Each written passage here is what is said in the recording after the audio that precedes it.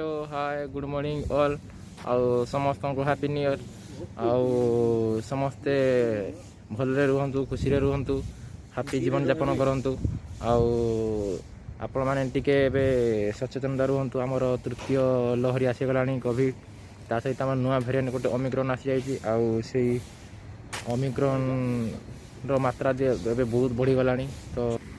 तो समस्ते mask use करंतु आउ बिना कारण बाहर को बाहरंतु नहीं समस्ते टिके डिस्टेंस मेंटेन करंतु आ सब बेले हैंड सैनिटाइज करंतु आउ खाइला बेले सोइला बेले कि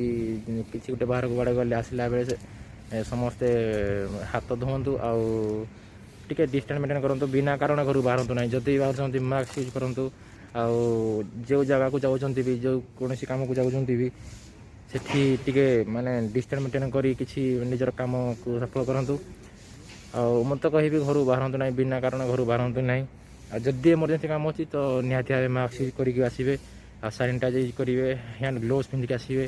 आ का सहित बेसी मिलामिशा करिवे नहीं आउ ता सहित घरे निजे सचेतन रहिबे आ समस्त सचेतनता भी करेबे आउ जदि का ठंडा काश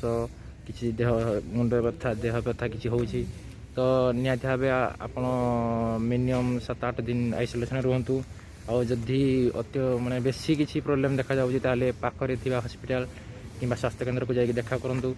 आउ डॉक्टर सहित डॉक्टर को परामर्श नियंतु आउ सब बेले डिस्टेंस मेंटेन करंतु जदि भी किसी आपण ठंडा काश कि किसी होउछि